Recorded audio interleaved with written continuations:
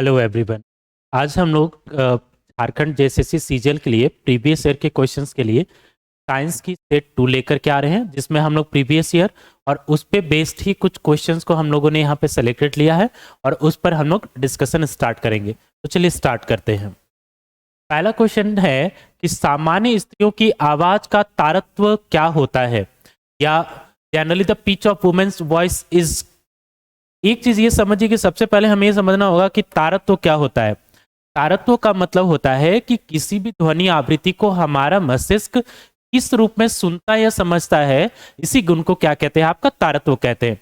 अब जैसे एक चीज देखिए कि हम सुनते हैं तो कहते हैं कि लड़कों की आवाज मोटी होती है, लड़कियों की आवाज पतली होती है, या आवाज का मोटा या पतला होना जो हम समझते हैं, यह गुण क्या है, आपका तारत्व होता है।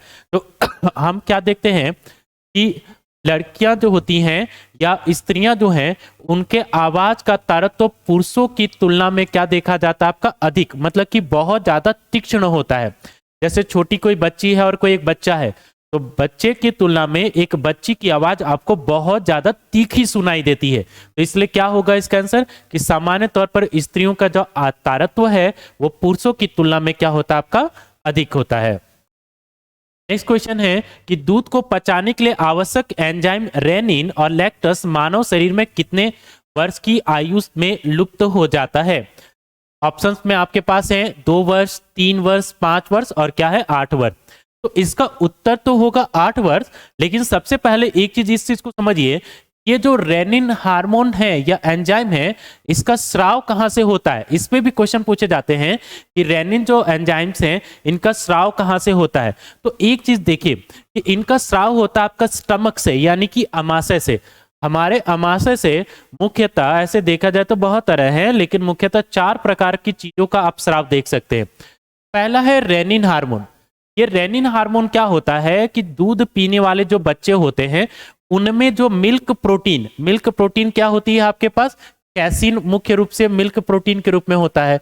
तो इस कैसीन को कैल्शियम पैरकेसनाइट में बदलने का काम करता है। तो जब कोई छोटा 8 वर्ष की आयु तक बच्चा बढ़ रहा होता है, तो उनके अमाशय यानी कि स्टमक में यह रेनिन हार्मोन आपका स्राव हो रहा होता है, जिसका मुख्य कार्य क्या है कि दुग्ध प्रोटीन यानी कि दूध में कौन सी प्रोटीन है आपके पास, कैसीन, उस कैसीन को कैल्शियम पैरकेसनाइट में बदलने का काम होता है। तो रेनिन का स्राव कहां से, आपका स्टमक से। इसके साथ हमारे निकलते हैं आपके पास डाइजेस्टिव सूट, जिसमें आपके पास क्या है कि हाइड्रोक्लोरिक अम्ल, और निकलता आपका पेप्सिन। ये पेप्सिन का काम क्या होता है कि जो भी खाने में आपके पास खाद्य प्रोटीन है, उस खाद्य प्रोटीन को ये क्या करता है कि सरल प्रोटीन में बदलने का काम करता है। और नेक्स्ट आपका है म्यूसिन। ये गाढ़ा सफेद चिपचिपा पदार्थ होता है जो अमाशय की दीवारों पर क्या रहता है, आपका लगा रहता है, और ये आपके अमाशय की दीवारों को HCl के प्रभाव से क्या करता है, बचाने का काम करता है। क्योंकि हाइड्रोक्लोरिक अम्ल उसका pH वैल्यू लगभग 1.2 के आसपास है, जो बहुत ज्यादा अम्लीय है और किसी भी त्वचा को जलाने की क्षमता रखता है। तो उनसे अमाशय की दीवारों को सुरक्षा कौन प्रदान करता है, आपका म्यूसिन करता है। तो यहां पर ध्यान में रखेंगे कि इस क्वेश्चन में आपके पास जो पूछा गया है कि जो रेनिन एंजाइम है ये कितने वर्ष की आयु में लुप्त हो जाता है, आपका 8 वर्ष की आयु के बाद से निकलना बंद हो जाता है। नेक्स्ट क्वेश्चन आपके पास पूछा गया है कि गैल्वेनाइज लोहा बनाने के लोहे पर किसका लेप चढ़ाया जाता है। तो एक चीज देखिए कि लोहे पर लेप चढ़ाना, इसके पीछे कारण क्या है कि संक्षारण यानी कि कोरोजन से बचाना। आसपास की आर्द्रता या नमी के कारण लोहे की बाहरी परतें क्या होती हैं कि जंग लग करके नष्ट हो जाती हैं। तो संक्षारण से बचाने का एक तरीका यह होता है कि हम उनके सतह पे पेंट चढ़ा दें, उनके सतह पे किसी दूसरे धातु की लेप चढ़ा दें। तो गैल्वेनाइजेशन का प्रोसेस क्या कहता है कि जब किसी धातु के ऊपर जिंक की परत को चढ़ाते हैं, इस प्रक्रिया को क्या कहते हैं, आपका गैल्वेनाइजेशन कहते हैं। तो इसका उत्तर क्या हो जाएगा, गैल्वेनाइज लोहा बनाना मतलब कि उसके ऊपर किस चीज की परत चढ़ाना होता है, आपका जिंक की परत। और जिंक एक ऐसा तत्व है जो वातावरण की आर्द्रता या नमी के कारण जल्दी संचारित नहीं होता है। तो गैल्वेनाइजेशन क्या है कि लोहे के ऊपर जिंक की परत चढ़ाने की प्रक्रिया को क्या कहते हैं, आपका गैल्वेनाइजेशन कहते हैं। नेक्स्ट क्वेश्चन है कि न्यूटन के गति का पहला नियम अवधारणा देता है। तो आपको पता होगा कि न्यूटन के 3 गति नियम हैं। प्रथम गति नियम के बारे में यहां पे सवाल पूछा गया है कि किस चीज की अवधारणा को देता है। तो एक चीज देखिए कि न्यूटन के प्रथम गति नियम जो है, जो फर्स्ट लॉ है, ये फर्स्ट लॉ आपको देता है इनर्शिया, जिसको हिंदी में कहते हैं आपका जड़त्व की संकल्पना देता है। जो सेकंड लॉ है, ये सेकंड लॉ आपको देता है संवेग यानी कि मोमेंटम। ठीक है, ये क्या करता है, आपका मोमेंटम की संवेदना देता है। तो पहला नियम के लिए उत्तर क्या हो जाएगा, ऑप्शन डी। एक चीज और भी ध्यान में रखिएगा कि ये क्वेश्चन झारखंड में कई बार पूछा जा चुका है कि प्रथम नियम किस चीज की अवधारणा देता है, आपका जड़त्व की अवधारणा देता है। सेकंड नियम किस चीज की अवधारणा देता है, आपका संवेग का। एक क्वेश्चन ऐसा भी पूछा जाए कि बल की परिभाषा न्यूटन के किस गति नियम से मिलती है, तो बल की परिभाषा ध्यान में रखेंगे कि हमें मिलता है प्रथम गति नियम से। फर्स्ट लॉ जो है, इससे हमें बल की क्या मिलती है, परिभाषा मिलती है। और सेकंड लॉ जो है, इससे हमें मिलता है व्यंजक, जिसको कहते हैं F = ma। बल बराबर क्या हो जाएगा, द्रव्यमान गुना क्या हो जाएगा, आपका त्वरण। तो इसको भी ध्यान में रखेंगे, प्रथम नियम से जड़त्व की संकल्पना और आपके पास बल की परिभाषा मिलती है। सेकंड नियम से संवेग की संकल्पना और बल के लिए व्यंजक F = ma हमें क्या होता है, आपका प्राप्त होता है। और अगर हम जब बात करें जड़त्व यानी कि इनर्शिया, इनर्शिया क्या है, किसी वस्तु का एक ऐसा गुण जो उसे गति अथवा विराम की अवस्था में बनाए रखना चाहता है, इसी को कहते हैं आप जड़त्व। Tendency of a body to being it rest और motion is known as inertia. जैसे आप ये देखें कि आप जब दौड़ रहे होते हैं तो दौड़ करके अचानक आप नहीं रुक पाते। इसके कारण क्यों कि आप रुकना तो चाह रहे हैं, लेकिन आपका शरीर अब भी गति की अवस्था में बना रहना चाहता है। किसी बस में आप चल रहे हैं, बस चल रही है और ब्रेक लग जाए, लेकिन ब्रेक लग जाने पर आपके शरीर का ऊपर भाग अब भी आगे की दिशा में क्या करना चाहता है, गति करना चाहता है, और आप आगे की ओर झटका खाते हैं। तो ये किस कारण होता है, आपका गतिज अवस्था के जड़त्व के कारण होता है। इसलिए सलाह दिया जाता है कि जब भी गाड़ी चलाएं तो सुरक्षा के दृष्टिकोण से सीट बेल्ट अवश्य पहन करके बैठें। नेक्स्ट क्वेश्चन आपके पास कह रहा है कि कौन सी रक्त वाहिनी हृदय की दीवारों को ऑक्सीजन से भरी रक्त की आपूर्ति करता है, तो कौन सी वाहिनी होगा, तो ये हो जाएगा आपका हृदय धमनी। देखिए धमनी का कार्य क्या होता है कि यह हमेशा शुद्ध रक्त को ले जाता है, और सीरा का काम हमेशा क्या होता है कि आपके अशुद्ध रक्त को ले जाने का काम करता है। तो ध्यान में रखिएगा कि हृदय धमनी जो होता है, धमनी में हमेशा बहता है आपका शुद्ध रक्त और सीरा में हमेशा बहता है आपका अशुद्ध रक्त। यहाँ पे फुफ्फुसीय सीरा और फुफ्फुसीय सीरी दोनों इस चीज के अपवाद है। देखिए सीरा में हमने कहा कि हमेशा अशुद्ध रक्त बहता है, लेकिन ये फुफ्फुसीय सीरा एक ऐसा अपवाद है जिसमें बहता है आपका शुद्ध रक्त, ये एक अपवाद है। दूसरा चीज की फुफ्फुसीय धमनी हमेशा शुद्ध रक्त ले जाती है, लेकिन ये भी एक अपवाद है हमारे शरीर में, जो कि आपके पास क्या करती है कि अशुद्ध रक्त को ले जाने का कार्य करती है। तो इस पे बेस्ड अगर वीडियोस हमें देखने हो, अगर एक स्पेशली कि हमारे बॉडी में सर्कुलेटरी सिस्टम कैसे है, तो इसके लिए हम जल्द ही एक वीडियो आप लोगों को अपलोड करने वाले हैं, जहां पे रक्त परिसंचरण की प्रक्रिया हमारे शरीर में क्या होती है, दोहरी परिसंचरण क्या होता है, इसके बारे में हम लोग चर्चा वहां पर करेंगे। नेक्स्ट क्वेश्चन हमारे पास आते हैं, निम्नलिखित में कौन सा गैस पीने के पानी को शुद्ध करने में प्रयोग किया जाता है। तो देखिए पीने के पानी को शुद्ध करने का हमारे लिए प्रयोग किया जाता है किस गैस का, आपका क्लोरीन का। पीने के पानी को शुद्ध करने के कई तरीके हैं। जैसे आप क्या करें कि पीने के पानी को जब आप बॉईल करते हैं, तो बॉईल करने से क्या हो जाता है कि उसकी जितनी बैक्टीरिया है नष्ट हो गई, पानी पीने लायक सुरक्षित हो गया। आप उसमें फिटकिरी का प्रयोग करें, पोटास एलम का प्रयोग करें, तो पोटास एलम के प्रयोग करने से जितने भी ठोस अवसाद हैं वो तली में पृथक होकर के क्या हो जाते हैं, बैठ जाते हैं। क्लोरीन के प्रयोग के द्वारा आप उसमें पानी में उपस्थित बैक्टीरिया को नष्ट कर सकते हैं। और एक और तरीका होता है यूवी रेज यानी कि पराबैंगनी किरणों की सहायता से भी आप पानी से बैक्टीरिया को नष्ट करके पानी को शुद्ध पीने योग्य बना सकते हैं। नेक्स्ट क्वेश्चन आपका है कि निम्नलिखित में से कौन सा एक कृत्रिम पारित तंत्र है। देखिए इकोसिस्टम क्या होता है, इकोसिस्टम मतलब क्या कि हमारे चारों ओर जितने भी सजीव और अजीव घटक हैं मिलकर एक तंत्र का निर्माण करते हैं, वह कहलाता आपका पारित तंत्र कहलाता है। तो पारित तंत्र में कृत्रिम रूप से उदाहरण हमारा क्या हो जाएगा, आपका खेत, क्योंकि खेत की भूमि को हम तैयार करते हैं, उसमें जल की सिंचाई की सुविधा हम लेते हैं और हम अपनी इच्छा अनुसार किसी एक विशेष प्रजाति के कई पौधों को एक साथ लगा करके एक तंत्र का निर्माण कर रहे हैं, तो ये कृत्रिम पारितंत्र का उदाहरण हमारे पास क्या हो जाएगा, एक खेत का उदाहरण होगा। नेक्स्ट क्वेश्चन कह रहा है कि निम्नलिखित में कौन सा यौगिक लुईस अम्ल नहीं है। देखिए, अब लुईस अम्ल किसको कहते हैं कि लुईस एसिड उसको कहा जाता है जो सिंगल इलेक्ट्रॉन को एक्सेप्ट करने की कैपेसिटी रखता है। मतलब कि अगर कहा जाए यौगिकों का या मूलकों का एक ऐसा समूह जो सिंगल इलेक्ट्रॉन को एक्सेप्ट करने की प्रॉपर्टीज रखता है, उसको कहा जाता है लेविस एसिड। इसी का जस्ट उल्टा क्या हो जाएगा आपका, लेविस बेस। तो जैसे हम बात करें कि यहाँ पर NH3 इसका क्या हो जाएगा, आपका आंसर हो जाएगा, क्योंकि MH3 में अगर हम लोग देखें तो इसमें आपके पास यह क्या हो जाएंगी, लुईस एसिड का एक एग्जाम्पल नहीं होगा। अब जैसे मान लीजिए कि AlCl3 के बारे में बात देख करें, तो AlCl3 के बारे में अगर हम लोग देखें,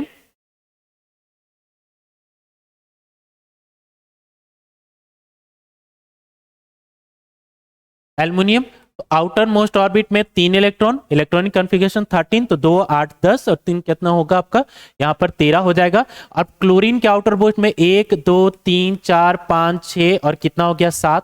इस क्लोरीन के पास 1 2 3 4 5 6 और कितना 7, और इस क्लोरीन के पास 1 2 3 4 5 6 और 7। तो जो सिंगल इलेक्ट्रॉनों को एक्सेप्ट करने के प्रॉपर्टीज को रखते हैं उनको बोला जाता है आपका लुईस एसिड कहा जाता है। तो यहां पर ये लुईस एसिड का एग्जांपल है, लुईस एसिड का एग्जांपल है, लुईस एसिड का एग्जांपल है, लेकिन NH3 जो है ये लुईस एसिड का एग्जांपल नहीं होगा। तो हमारा आंसर क्या हो जाएगा आपका, अमोनिया, यानी कि NH3 इसका आंसर हो जाएगा।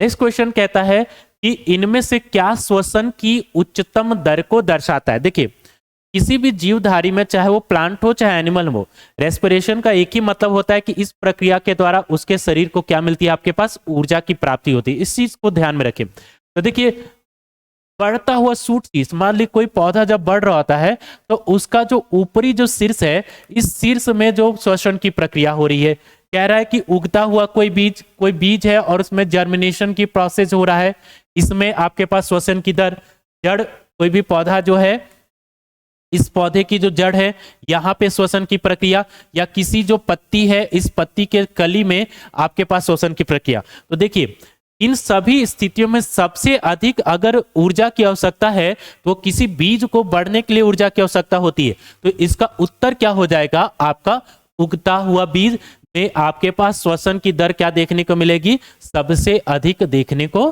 मिलेगी। नेक्स्ट क्वेश्चन है कि इनमें से किसकी कमी के कारण हाइपोक्लेमिया रोग होता है। तो हाइपोक्लेमिया रोग आपका होता है किसके कारण, आपका पोटेशियम के कमी के कारण। देखिए, पोटेशियम की कमी होगी तो आपके शरीर में वीकनेस, फैटिग्यू वगैरह के सिम्टम्स आपको दिखने लगेंगे। तो ये किसके कारण होता है, आपका हाइपोक्लेमिया आपका पोटेशियम के कारण होता है। नेक्स्ट क्वेश्चन है कि अनर्थोलॉजी किसको कहा जाता है। अनर्थोलॉजी का जो स्टडी है वो किससे संबंधित है, तो अनर्थोलॉजी हमारे पास किससे संबंधित होता है, पक्षियों के अध्ययन को हम क्या कहते हैं, आपका अनर्थोलॉजी।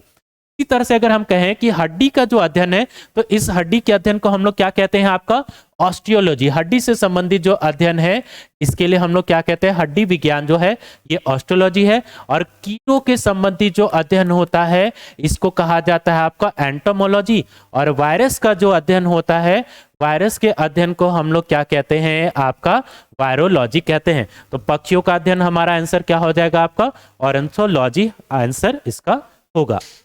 नेक्स्ट क्वेश्चन हम आपके पास आते हैं कि समुद्री जल की औसत लवणता क्या है। औसत लवणता टर्म का मतलब होता है कि अगर समुद्र के 1 लीटर जल के पानी को ले तो लगभग उसमें कितना प्रतिशत भाग आपको लवण यानी कि साल्ट का दिखेगा। तो इसका आंसर हो जाएगा आपका 3.5% आपके पास क्या होगा कि उसमें लवण यानी कि साल्ट आपको देखने को मिलेंगे। नेक्स्ट क्वेश्चन आपके पास कहता है कि इनमें से किसका प्रयोग एक स्नेहक यानी कि स्नेहक होता है लुब्रिकेंट के लिए किया जाता है। देखिए, लुब्रिकेंट या स्नेहक का प्रयोग हम लोग करते हैं चिकनाहट प्रदान करने के लिए। और चिकनाहट क्यों, घर्षण को कम करने के लिए। जैसे घर्षण के कारण क्या होता है कि मशीनों के कल पुर्जे घिस करके जल्दी खराब हो जाते हैं, तो इस प्रक्रिया से बचाने के लिए उसमें इस्तेमाल किया जाता है लुब्रिकेंट का। तो सॉलिड लुब्रिकेंट के रूप में हम लोग यहाँ पर किस चीज का इस्तेमाल करते हैं, आपका ग्रेफाइट का इस्तेमाल करते हैं। नेक्स्ट क्वेश्चन हम आते हैं, कह रहा है कि पौधों में व्हाइट बर्ड रोग किसकी कमी के कारण होता है? तो व्हाइट बर्ड रोग होता क्या है, देखिए जैसे मान लीजिए कि ये मक्का है, इस मक्का के पत्ती में ये पत्तियां देखिए कुछ कुछ जगह से कैसी हो गई हैं, सफेद हो गई हैं। तो इसी रोग को हम लोग क्या कहते हैं, आपका व्हाइट बर्ड रोग कहते हैं। तो ये व्हाइट बर्ड रोग किसकी कमी के कारण होता है? आपका पौधों में जिंक तत्व के कमी के कारण आपको देखने को मिलता है। इस क्वेश्चन आते हैं, हमारा नेक्स्ट क्वेश्चन ये है कि चेचक के वैक्सीन के खोजकर्ता कौन है? स्मॉल पॉक्स जो है, स्मॉल पॉक्स के खोज किसके द्वारा किया गया था? आपका एडवर्ड जेनर के द्वारा किया गया था। और एक चीज ये भी ध्यान में रखिएगा कि फादर ऑफ वैक्सीन यानी कि आपके पास टीका के जनक या पिता के रूप में भी किनको माना जाता है? आपका एडवर्ड जेनर, जिन्होंने सबसे पहले वैज्ञानिक तरीके से टीकाकरण की सफलतम प्रयोग के द्वारा स्मॉल पॉक्स के इलाज के खोज किया था। तो ये भी ध्यान में रखिएगा कि इनको फादर ऑफ वैक्सीन के नाम से भी जाना जाता है। टीकाकरण जो है, टीका के जनक के रूप में भी किसको माना जाता है? आपका एडवर्ड जेनर को हम लोग जानते हैं। 1796 ईस्वी में इन्होंने ये सबसे पहले सफलतम दवा का प्रयोग किया था। कह रहे कि पूंछ वाला शेर मैकॉक प्रजाति से है। एक चीज ध्यान में रखिएगा कि ये मैकॉक, जैसे कि भारत में आप देखें कि साउथर्न वेस्ट जो घाट है वहां पर भी आपके पास ये मैकॉक मंकी आपको देखने को मिलेगा। इस मैकॉक मंकी की अगर पूंछ को देखें तो बिल्कुल लायन टेल्ड यानी कि शेर के पूंछ की तरह आपको दिखाई देगी। बाकी अन्य लंगूर या बंदरों की पूंछ देखें तो आपके पास बहुत लंबी होती। तो ध्यान में रखिएगा कि ये जो लायन मैकॉक जो बंदर आप देख रहे हैं, लायन टेल मैकॉक जो है एक स्थानिक प्रजाति है। और स्थानिक का इंग्लिश में हम लोग टर्म इस्तेमाल करते हैं आपका एंडेमिक। ये क्वेश्चन झारखंड में पूछा गया। तो देखिए आजकल परीक्षाओं में क्या होता है कि हिंदी के टर्म को इंग्लिश में भी पूछ लिया जाता है। तो ध्यान में रखेंगे कि ये जो मैकॉक है एक स्थानिक प्रजाति है, मतलब कि उस किसी एक निश्चित भौगोलिक क्षेत्र में। और एक चीज और भी ध्यान में रखेंगे कि IUCN की सूची के अंतर्गत इसे संकटग्रस्त प्राणी के सूची में भी रखा गया है, मतलब कि इनकी संख्या बहुत लिमिटेड होती चली जा रही है। नेक्स्ट क्वेश्चन हम आते हैं। इस क्वेश्चन में पूछा गया डैश मिट्टी में एक नाइट्रोजन फिक्सिंग बैक्टीरिया है। नाइट्रोजन फिक्सिंग बैक्टीरिया मतलब क्या कि जो नाइट्रोजन के स्थिरीकरण में योगदान देता है। तो इसका उत्तर क्या हो जाएगा? आपका राइजोबियम।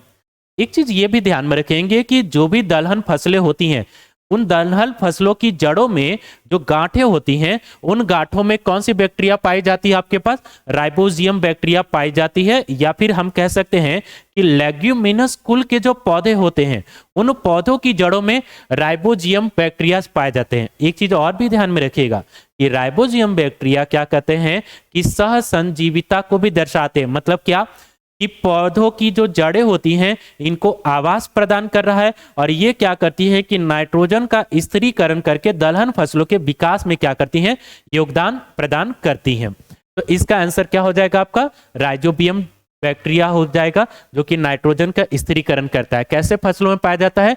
दलहन फसलों में। कैसे पौधों में? तो लेग्यूमिनस कुल के जो पौधे होते हैं उनके जड़ों की गांठों में ये बैक्टीरिया पाए जाते हैं। नेक्स्ट आपका लिख रहा है कि उर्स मेजर एक है, उदाहरण है। अगर उर्स मेजर कह दिया तो आपके लिए दिक्कत है। अगर पूछ दिया कि सप्तऋषि क्या है तो सप्तऋषि हिंदी से आप तुरंत कह देंगे कि वो क्या है। उदाहरण आपका है एक तारा मंडल का, ठीक है। तो उर्स मेजर एक प्रकार का किस चीज का उदाहरण है? आपका तारा मंडल का उदाहरण है। ये देख सकते हैं बृहत सप्तऋषि और लघु सप्तऋषि दोनों ही आप आसानी से आकाश में पहचान पाते हैं, जिसमें 7 जो तारे हैं वो एक चम्मच की भांति स्ट्रक्चर आपके पास क्या होती हैं? बना रही होती हैं।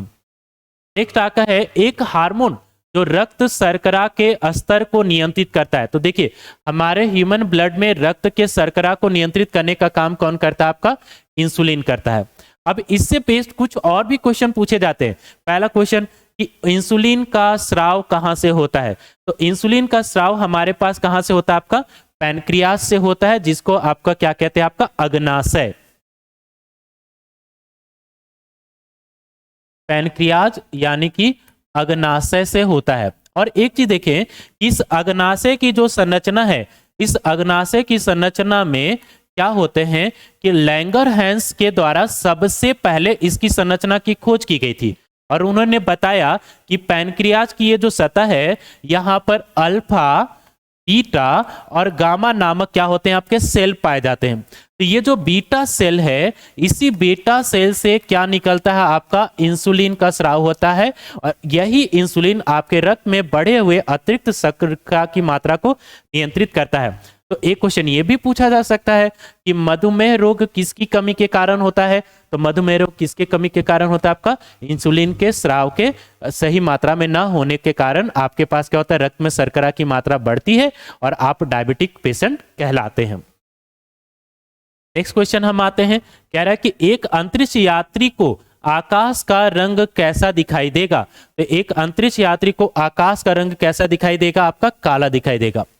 अब देखिए, आकाश का रंग के परिवर्तन के होने के पीछे कारण जो होता है उसको कहते हैं आपका स्कैटरिंग ऑफ लाइट, यानी कि प्रकाश के रंग का वर्ण विक्षेपण। तो क्योंकि आपके पास अंतरिक्ष में कोई भी वायुमंडल नहीं है, तो प्रकाश के किरणों का कोई भी प्रकीर्णन यानी कि स्कैटरिंग नहीं होगा, तो आकाश का रंग हमें कैसा दिखाई देगा, काला। लेकिन हम अगर पृथ्वी के वायुमंडल के बारे में बात करें तो दोपहर के समय में प्रकाश के प्रकीर्णन के कारण, स्कैटरिंग ऑफ लाइट के फेनोमेना के कारण दोपहर में हमें आकाश का रंग कैसा दिखाई देता है, आपका नीला। और सुबह और शाम के समय में आकाश का रंग कैसा प्रतीत होता है, हमें रक्ताभ यानी कि लाल प्रतीत होता है। तो ये 20 इंपॉर्टेंट क्वेश्चंस हम लोगों ने आज डिस्कस किया है। नेक्स्ट सीरीज में हम और दूसरे क्वेश्चंस के साथ में जल्द मिलेंगे। तो इन क्वेश्चंस का आप लोग जल्द से जल्द प्रैक्टिस कर ले और इन पर आप ज़्यादा से ज़्यादा स्कोर करने की कोशिश करें। नेक्स्ट सीरीज में हम लोग इस पे बेस्ट और भी क्वेश्चंस को लेकर जल्द मिलते हैं। Thank you everyone.